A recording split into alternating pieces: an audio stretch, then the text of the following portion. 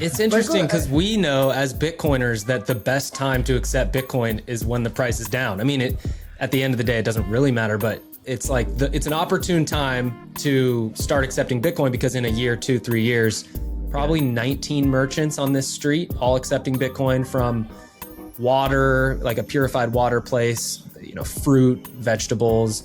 There's a guy, like I said, doing like pharmaceutical. So if you need like pills or something, by the way, you can just go buy one pill. You don't have to buy the whole box, which you'll never use.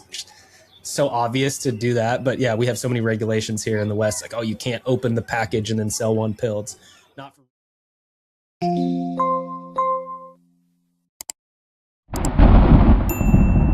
Just fine.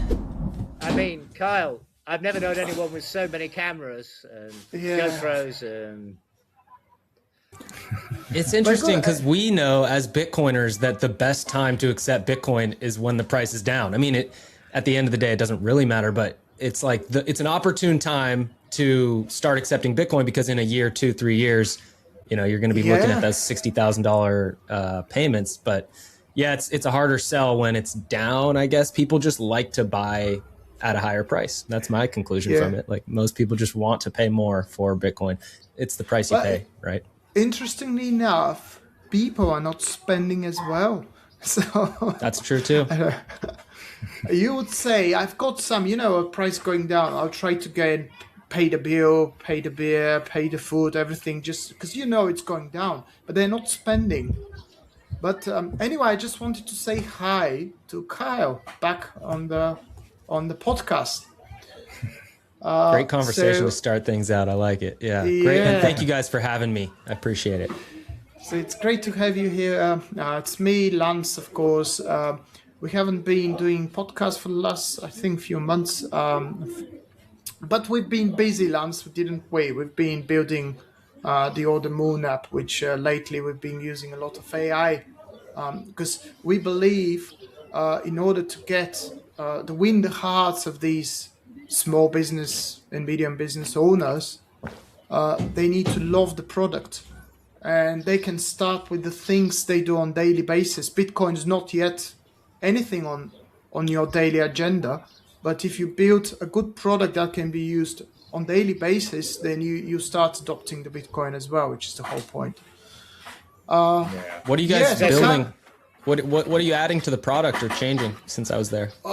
Carl, it's been I've seen, when I'm meeting these guys, the restaurant owners, I've seen it in their eyes. They're looking at me and saying, what was this magic about? Because I'm just giving you an example. You want to onboard a restaurant with the menu, and you just take the app, you scan off the page, which is just the printed menu, scan it. In 2 minutes, you've got the menu done. You've got it translated in 20 languages. And you have wine sommelier as well. So it's all done within 2 or 3 minutes. And they're just like, what have you done? Like, this is a job you would say needs a day or 2 days. You need someone to insert data. And also, we've been putting AI. So if you are the restaurant guy and you take a picture of a dish. So Lance, we had a video where you had the dumplings. And you're basically talking to the app saying, oh, we've got an offer, a dumplings week, 20% off on all dumplings. Basically goes to ChatGPT in the back end. It takes the picture and it's basically creating a flyer. So you're not going to ChatGPT to do these things yourself. You just use Order Moon. So within 2 minutes, you have the flyer done so you can share on your socials and everything. So that basically saves time. Yeah. If I may add, talking about that example, with just the number of parameters you can put for your marketing materials, like we did dumplings half price between 3 and 6 o'clock. Yeah. Then, of course, the logo of the restaurant goes in, which is fantastic, particularly if you've got always that's great, but if you've got a small chain, then you make sure there's consistency amongst your venues. I think that's incredibly important. And this point about AI sommelier, well, what it does is, Nasco, just to be completely clear, is that you scan the wine list as well. And it's, as I say, within 2-3 minutes, you've got not only a digital menu, but the AI wine sommelier is your wines matching perfectly each dish Menu, yeah. on It's the very menu. quick. And that is and it gives the reasons why it matches. And again, you have full control how many wines, what price Yeah. range you want to So, put, etc. but So yeah, it's all changed really since you've been here, it's and it's all thanks to AI.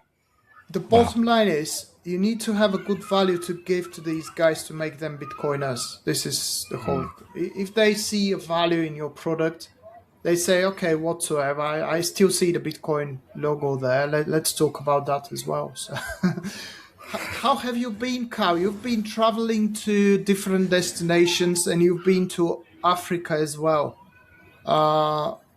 Tell what have you seen? Because we've seen you in El Salvador last autumn, but since then you visited a couple of Bitcoin circle economies. So what's the latest? What can you share on this spot? Incredible circular economies in Kenya. Incredible. Like, so I went to El Salvador. I saw you guys there. Then I went to Colombia and I bumped into the founders of My First Bitcoin, which is an education nonprofit.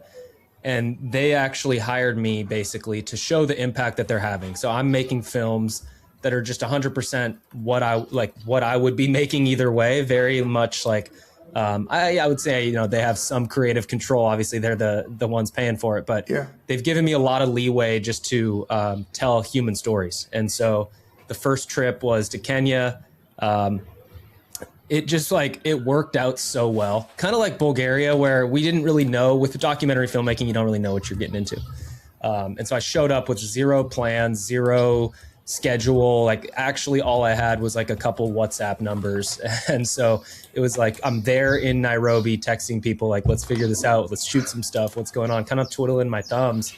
And I was starting to get a little anxious.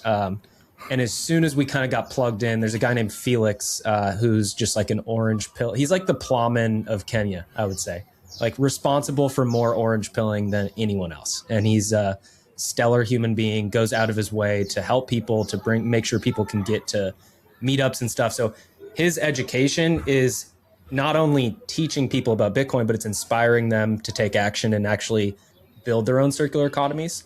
So there's probably like 15, like so many circular economies. I couldn't go to all of them. It was crazy. I've never seen anything like it in all the places that I've traveled. Costa Rica is probably like up towards the top of the list as far as like just merchant adoption and understanding of Bitcoin. But yeah, there's a couple neighborhoods or a couple circular economies we visited. One is Kibera, which is the third largest slum in the world. And you'd think like we were talking earlier, you know, the price of Bitcoin's down, like, oh, maybe Bitcoin adoption's not happening.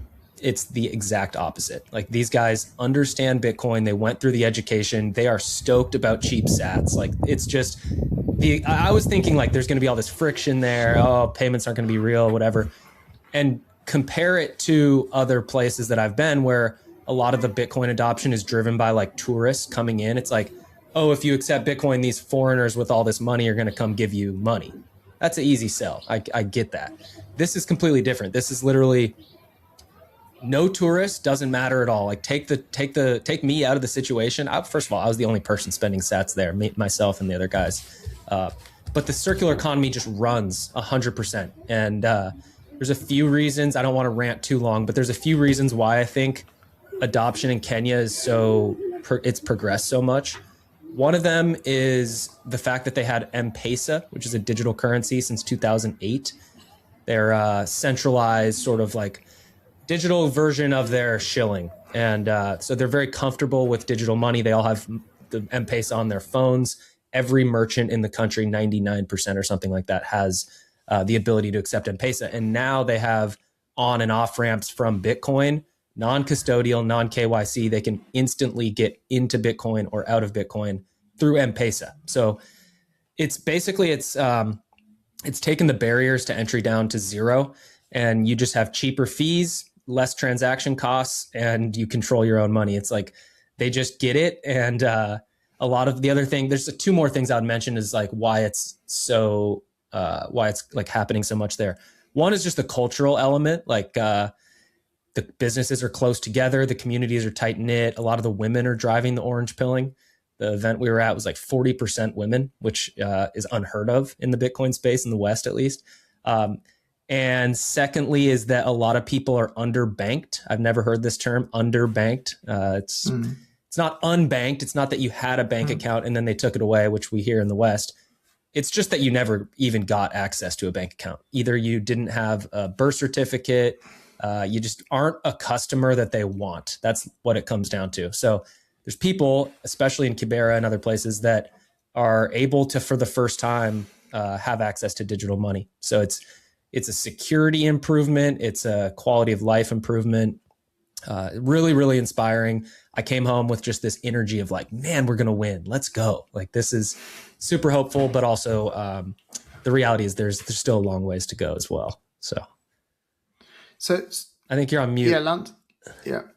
Was it very entrepreneurial? Did Bitcoin enable people who previously could not do a small micro business actually do a micro business? Now they effectively had a Bitcoin bank account, let's call it that. Absolutely. Because before they couldn't get one. Yeah, absolutely. And, entrepreneurship is just recognizing a need in the market and solving that need, right? And so in multiple places, Kibera and also this smaller town called Mitaboni, our main character, Kelvin's from there. The idea of doing waste management and like collecting trash and specifically glass, they can basically go around the neighborhoods, pick up all the glass, pick up all the trash, go trade that or sell that to the bigger recycling company, and then pay their employees, the other youth who otherwise would probably just be hanging out kind of idle, and inspire them to work and to do stuff. So yes, they are using, it's not like the recycler company is accepting Bitcoin, but the person in between can easily exchange and then distribute the sats like down to a super small level. So just to give context, 200 sats can get a meal in Kenya. So, or in these smaller towns. So that's about 12, 13 cents. So for them, like being able to literally clean up their neighborhood, pick up this trash off the street and turn that into food that they can eat and actually provide for themselves is, that's just one example. I'm sure there's more, but those are the ones that we focused on. So what you're saying, the number of transactions actually going crazy there because people are paying with Bitcoin. Amazing. It is crazy. Like I think in 2, 3, 4, whatever, a couple years from now, we're all going to be talking about, holy crap, East Africa is just like using Bitcoin. Like it's remarkable. Not just Kenya, but Uganda, Tanzania. There's just a ton of Bitcoin development there.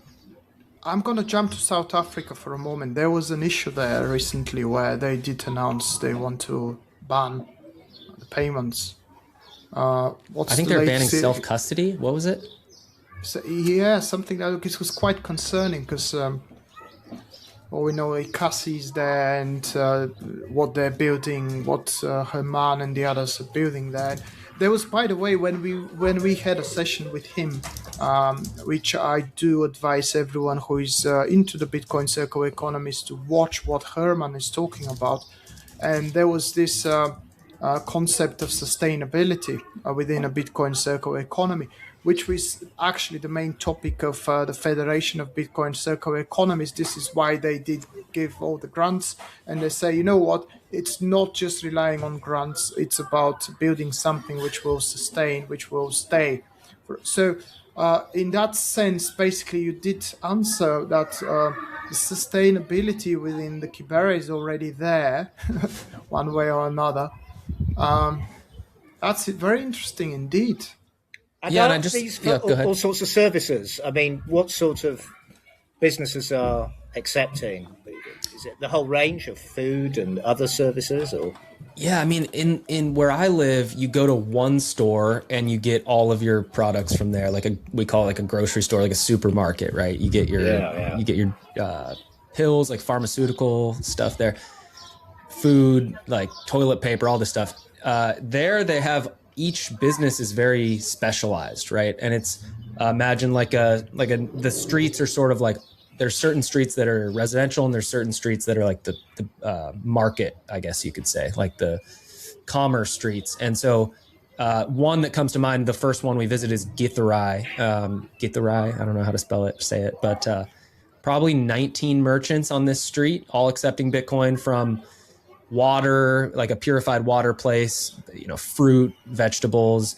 There's a guy, like I said, doing like pharmaceutical. So if you need like pills or something, by the way, you can just go buy one pill. You don't have to buy the whole box, which you'll never use. So obvious to do that. But yeah, we have so many regulations here in the West. Like, oh, you can't open the package and then sell one pill. It's not for resale.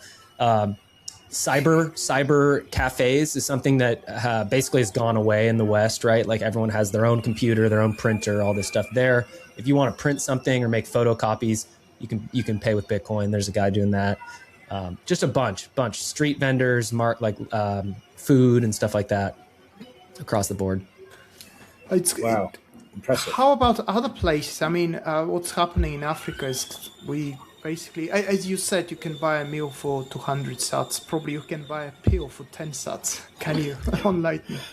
You won't believe how cheap things are. Yeah, it's it's crazy. What other places you've been? I've been to after we met in November. I've been to South America again. No, I haven't. I'm going down to Colombia in September. I was just in Prague, Czech Republic. Oh yeah, you were. I ran into some Bulgarians there as well, and I'm filming the film that we shot there is also for My First Bitcoin, and it's going to be focused on homeschooling, raising a Bitcoin family, the idea of just the next generation of Bitcoiners. The Prince family, you guys know Daniel Prince is the central characters in this film. So I followed them around the conference, playing games, running around doing like a little quest, buying some stuff with Bitcoin, just having a good time. The oldest daughter's on stage, right? So like she's going on stage with her father, which is a cool dynamic. And just seeing the proof of work is the kid, right? Are they happy? Are they competent? Can they just hold a conversation? And those kids are just incredible kids. So bumping into him has really inspired me to think about homeschooling more and just how we educate the next generation. But Indonesia and Colombia, the next ones on the list. So staying busy. When you meet, by the way, when you meet Bulgarians, tell them, go and spend some sats in the venues in Bulgaria. Yeah. It's so important because, by the way, we're talking back about the prices and everything else. And I did say, I think we had another chat with someone else. There was not a single business owner that came to us asking, hey guys, what's happening now? Like I've lost half of the value. There's no such business owner. In fact, they're asking me, oh, what's happening? Why no one's coming and paying in Bitcoin? And that's killing it. That's killing their expectations. Because we draw a bright picture, say, you know what, you're gonna stack some sats and you can spend it, but the point is they're not stacking. So I wonder what was happening in there. So there are two things. What did you see in Czech Republic in terms of paying with Bitcoin? Because we are all under the same, bad powers of Mordor killing it, and what's happening in the US in your area as well. Yeah, great questions. Czech Republic was interesting because I don't know if you guys know that they have this thing called Corco. It's like a little QR code that you'll see on a lot of the tables.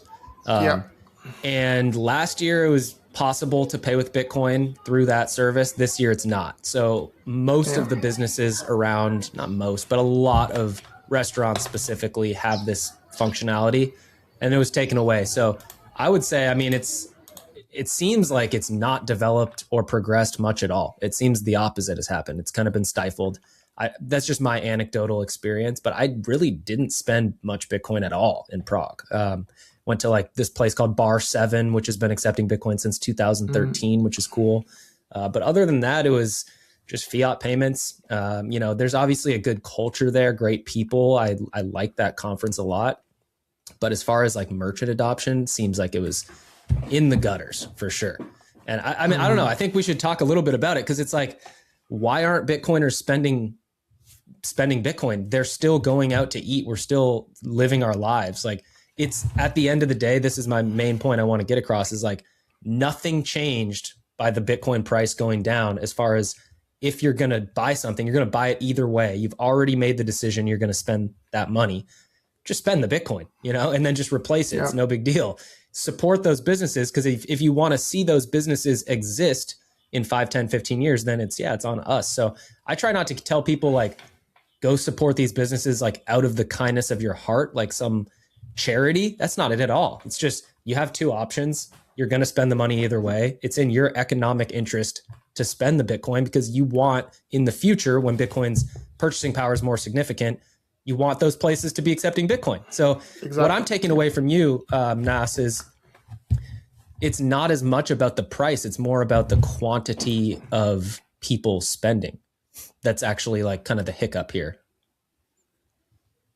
It's the quantity of venues as well. You don't need many of them as well. And I guess the quality as well, because someone may say, I'll just mute Lance if you want.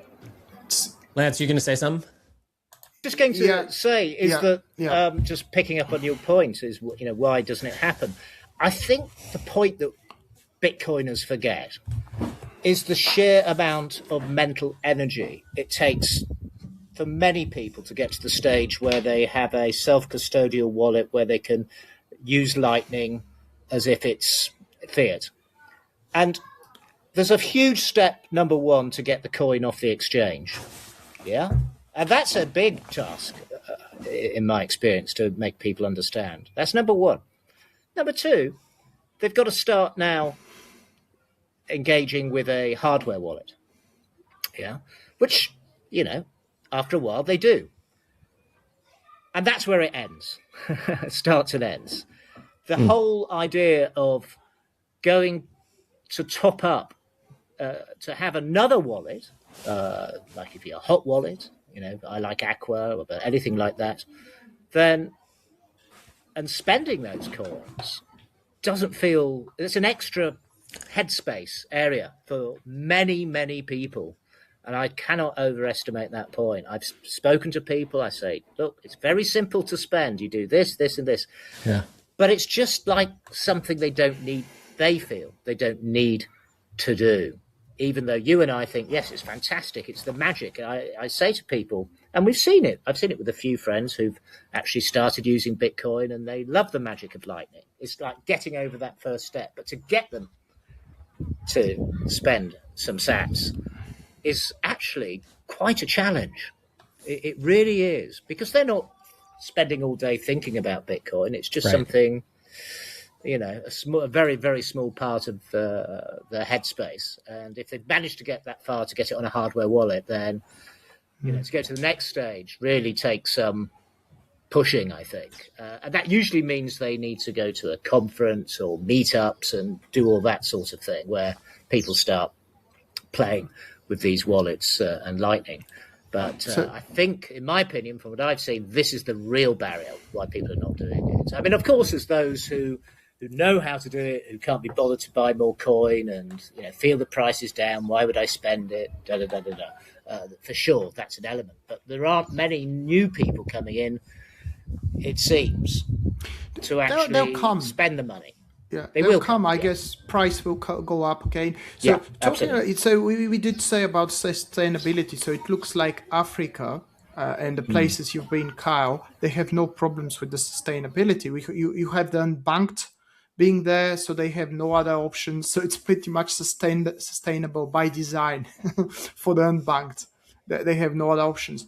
In Europe, we're going to suffer this year, but we're going to catch up slightly because once people starting, understanding what are the new rules, what they can do, then probably next year will be a lot better.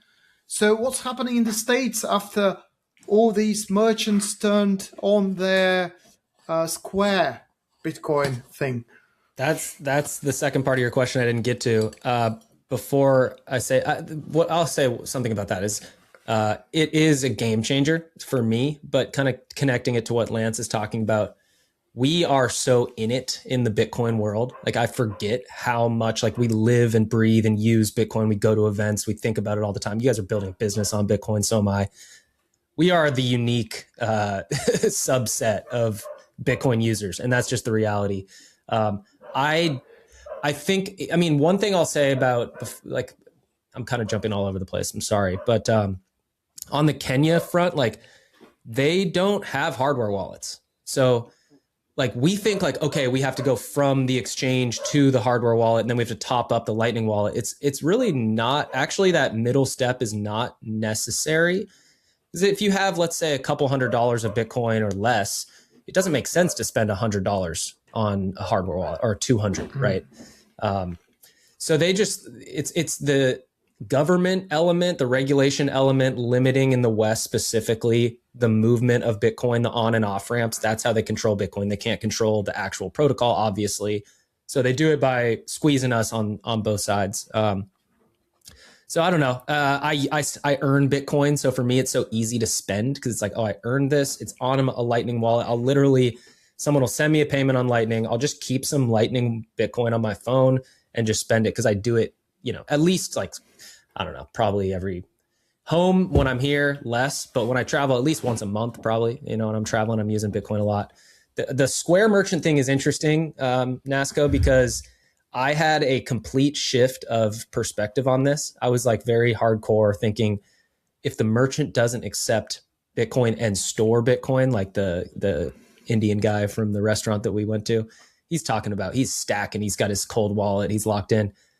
The reality is like most of these Square merchants are not doing that. And so I thought, why would I spend my Bitcoin? I'll just spend on the credit card. But I went before, this is like before a dentist appointment a couple weeks ago. I went to a coffee shop and I just saw the Square terminal. I hadn't used it before. I said, I heard you can do Bitcoin on this. Let's try and figure it out. It's like a couple clicks, super easy, very, very simple. And it sparked this conversation about Bitcoin, like very healthy, fruitful conversation. The owner came over. She's curious. So now I'm like, okay, I gotta, like, it's on us to go to these Square merchants. Like, let's go show them that there is a demand for purchasing. And I just onboarded a coffee shop down the road here called The Rose. She's stoked. She's like texting me. The owner's messaging me like, we're ready to accept Bitcoin. My husband was a Bitcoiner. He's so excited. Like, they're fired up. So it's absolutely massive what Square has done. Like, I think it is so huge. Maybe like Jack Dorsey deserves an unbelievable amount of credit. Like, Michael Saylor and some of these guys get the credit. Screw that. Like, the guy who's actually driving Bitcoin forward as freedom money, which he says, right, if we don't use it, it's going to be centralized, going to be captured. He's putting his money where his mouth is and making it, giving us all the opportunity to go use it. So I don't think it's necessarily like causing a revolution overnight and everyone's going to start using Bitcoin, but it's a big deal. Definitely. Yeah.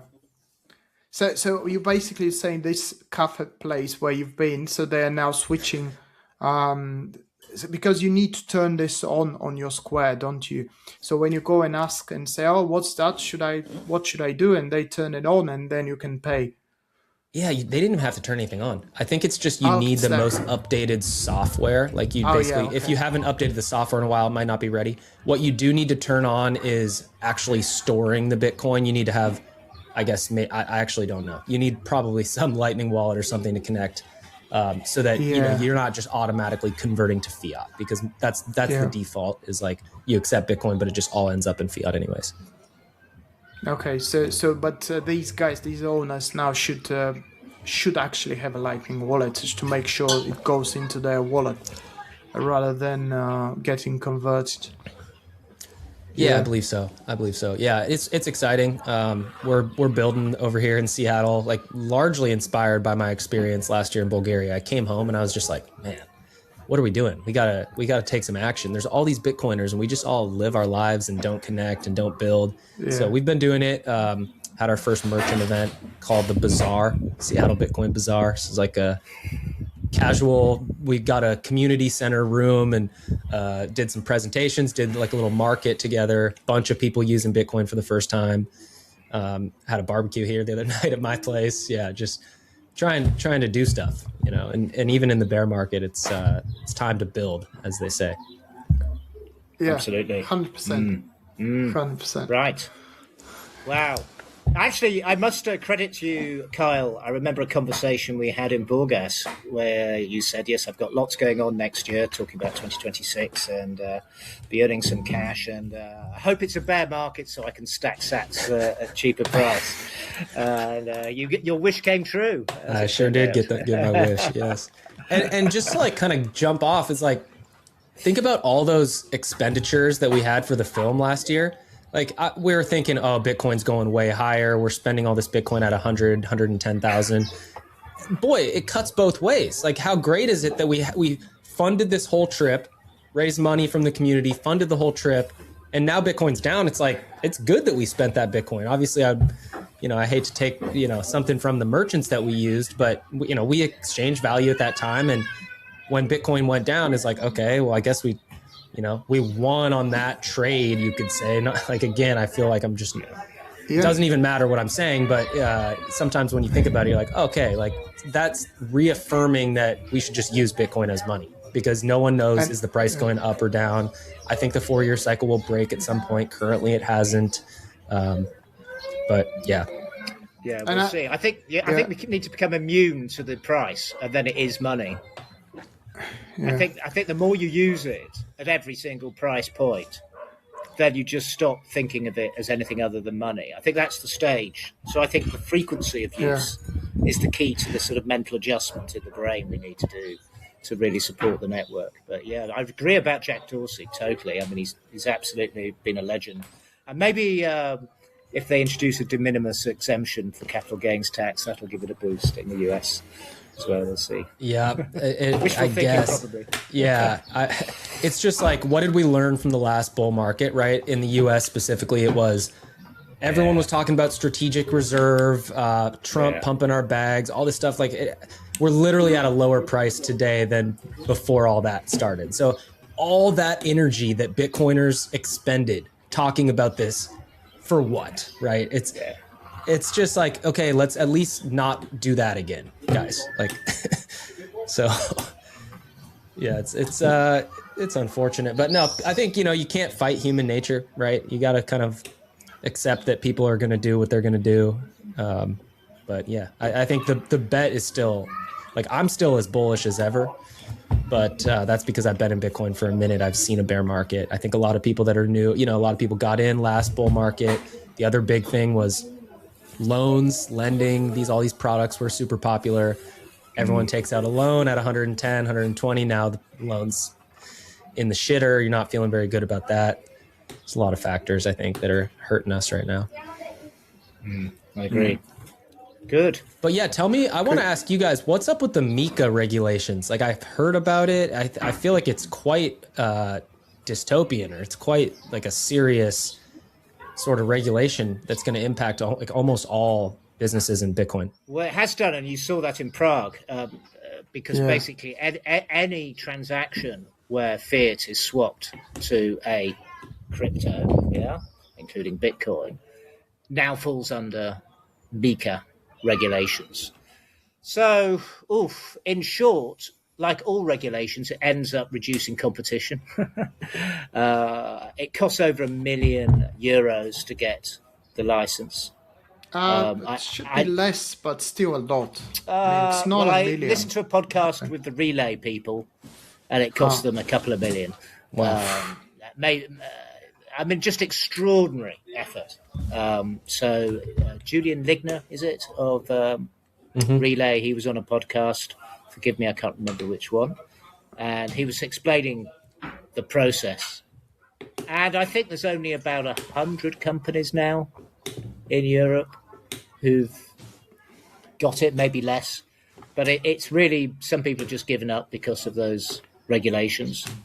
So on one hand, there is a route forward using the regulations, which is, you could say, is fine.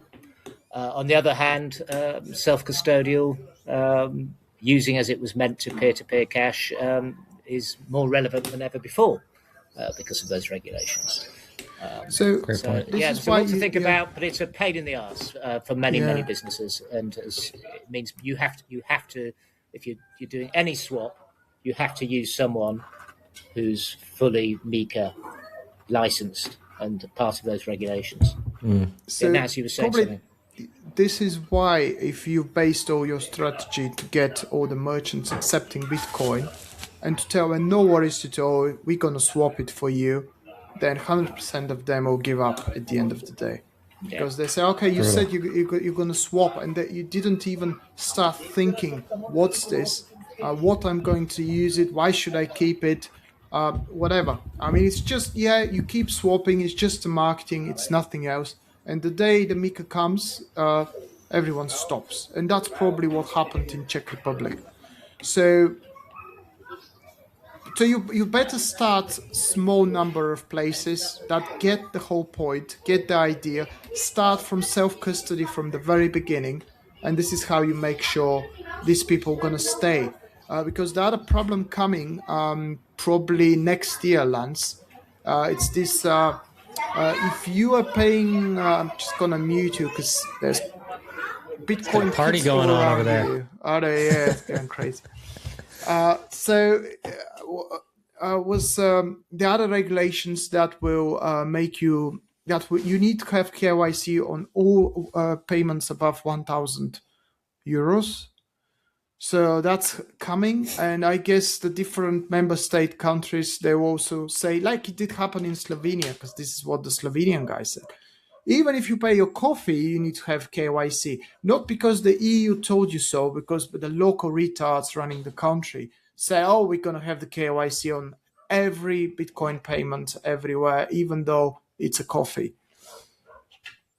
Well, I think, I just think individuals have to decide, like the grassroots has to be the way. Like if we rely on these top-down things to open up adoption, like it's just not going to happen because they're not incentivized to do that. They're incentivized to protect their power. So I personally just speak for myself. I think screw all those regulations. Like I could care less if they want to tax me on my $2 coffee. I really, I find it pretty funny because I post a lot of videos of myself spending with Lightning, right? And sometimes you'll get a comment going, well, now the IRS has evidence that it's like, yeah, they do. Okay. Like there's a 2-cent transaction that maybe I'm not going to pay the taxes on 2 cents. Go F yourself pretty much. Like, I don't know. I just think where's the line for people? We're seeing just between last year and now, right? We had the Iran war start. We had this entire Epstein class thing like swept under the rug. Where is the line for people? That's the question for me. Like I'm at the point where I can't support these criminals anymore. Like I'm just done supporting them. So when are other people going to wake up to that? I think it's unfortunately going to be the next round of Max Payne. It's going to be the next pandemic 2.0 or green harvest or energy crisis or whatever the thing might be. It's going to be fear and pain that drives people to use the alternative. It's just kind of the reality of it. So I don't know if you guys have, especially with Bulgaria going on to the euro, if you guys have any insights on that. Are people feeling like frustrated? Are they protesting? Like everywhere I look around, the young generation especially are just pissed off, and they're rightfully so. They've had They are, but just going to say this line, when you talk about individuals, it's easier to say, okay, I'm not playing the rules. I'm going to do. If you're a business, then you have a lot more to have in mind because you're paying salaries, paying taxes. They can find you a lot easier. They can fine you a lot easier. Yeah. So that's the challenge now. Individuals, they're fine. They can say, fuck off, whatever you do. If you're a business, you have to keep in mind something. So this is going back to the whole conversation. In Europe, self-custodian is still the way. So self-custodian, accepting Bitcoin, have you self-custody, you don't need to comply with MiCA. So that's the great news for Europe. But the problem is we don't see many enthusiasts running businesses saying, oh, okay, I'm going to do the self-custodian. So this is why it's so important people still go and spend making sure these business owners see that money are being spent. It's very little compared to the overall revenue you make for the whole month. It's almost unnoticeable, but it does make the difference. Even if that guy has accepted 200-300 euros this month, it's a big major thing. Like they notice that. It's the only different thing they notice. But anyway, I think a few people do make a difference. I think we fall into this idea that like, it doesn't really matter what I do. I don't subscribe to that at all. I think that literally if you're a coffee shop, this place that I go to, super small, little small spot, if 3 people come in that wouldn't have come in and spend $4 each, like that is a noticeable difference. It's only $12. It's not going to change the business, but she notices, she sees that Bitcoin balance go up. So I would just encourage people to like not be so pessimistic about the power that you can have with your spending. I can Totally I can agree. I can tell you that for sure. There's one pizza place here in the city in Sofia, where in there it's not in the center. It's on the outskirts where you've seen all these communist block areas and everything else. So it's there. One day, a guy from this place calls me and saying, "What happened? Something happened, and I cannot accept the Bitcoin of my one customer paying with Bitcoin." So it's just literally one customer who is used to be paying, let's say, every month he's buying one pizza or 2 pizzas, 3 pizzas. But that gets noticed, and they're calling us, telling, "Hey, what happened? I just cannot accept the Bitcoin." So I say, "Yeah, switch to self-custodial." We did it. All good now. Like this is just one customer makes the difference, and they will notice this. That for everyone watching, thinking, should I spend or should I not spend? Yes, you should spend. Even one transaction will make the difference for this business. That's full stop. And if you don't have local merchants, you can still absolutely spend Bitcoin online, right? There's one business that I've been promoting a lot. I don't know if they ship to Europe.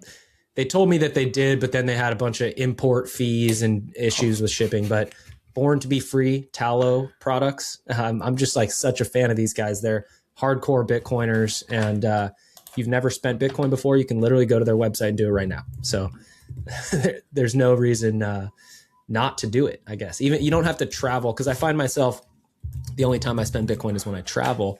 But I thought back about it. I was like, what was my first Bitcoin transaction before I went to El Salvador? It was a t-shirt from Simply Bitcoin. I bought a t-shirt for like $25 from Simply Bitcoin. Just so yeah. There's circular economies in person. There's also an online circular economy. Noster's part of it, right? So great. Yeah. I think Lance, what do you think? We have a good picture where Kyle has been, what's happening on the circular economy side across the world, especially in Africa.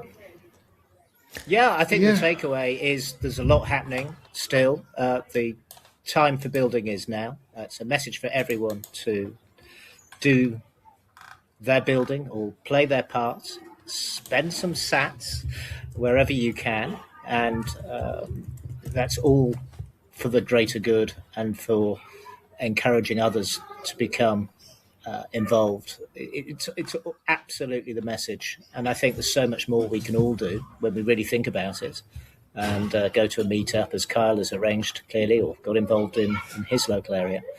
I think this all sparks ideas, and businesses start accepting online, getting new customers. It's I can't see any downside to any of this at all. And I think now is the best time ever, when prices are lower. So good, really really is. good motivational words, actually, Kyle. A good reminder that just one person makes all the difference, or can make all the difference to a business. So get out there and spend those sats.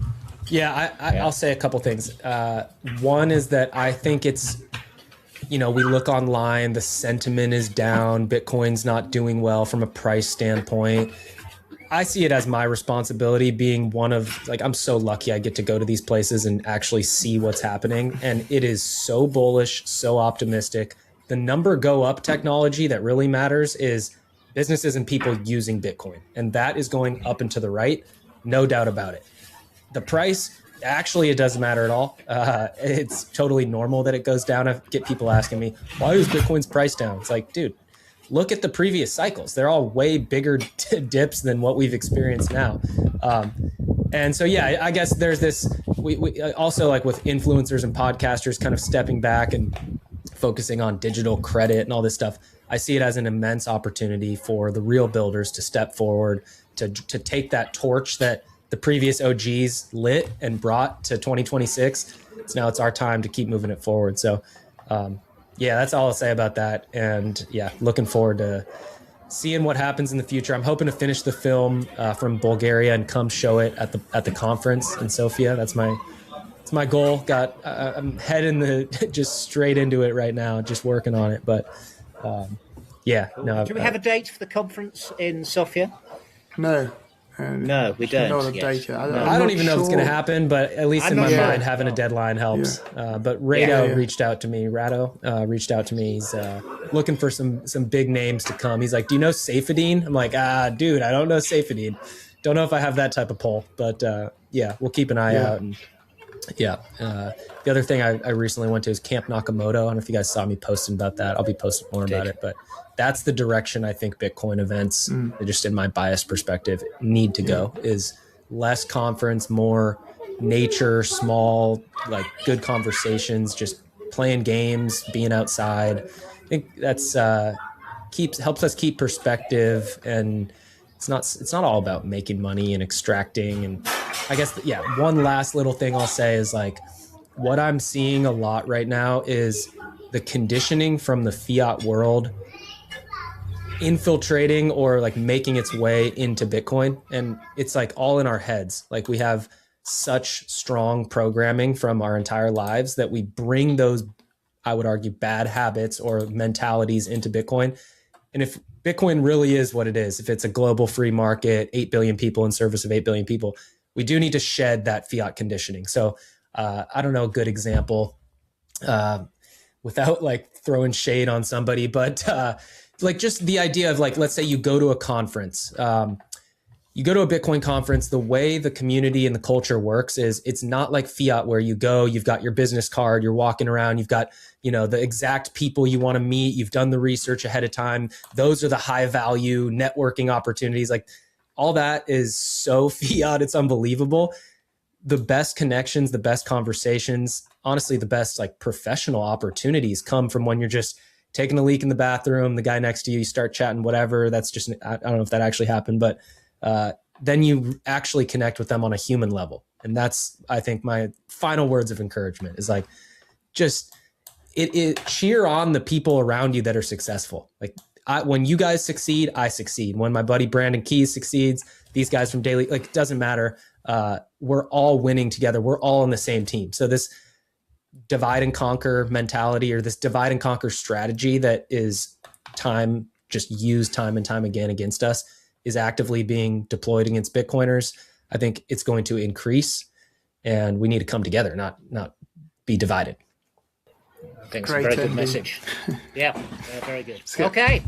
So that's all. Thanks, Kyle, how can people find you? Yeah, I'm on Twitter. Nostr was my number one, so I'm on Nostr as well. But I'm on Twitter, the Kyle Huber. My YouTube channel, We Are Satoshi Pod. Check out the film from Kenya. It's gotten some great feedback so far. I think that would be where I'd point folks, is check that out and let me know what you think. Should have it in the description below. So thank you again for keeping us updated, and hope to see you soon. Absolutely, guys. Really appreciate the time and being in good company with some builders like yourselves.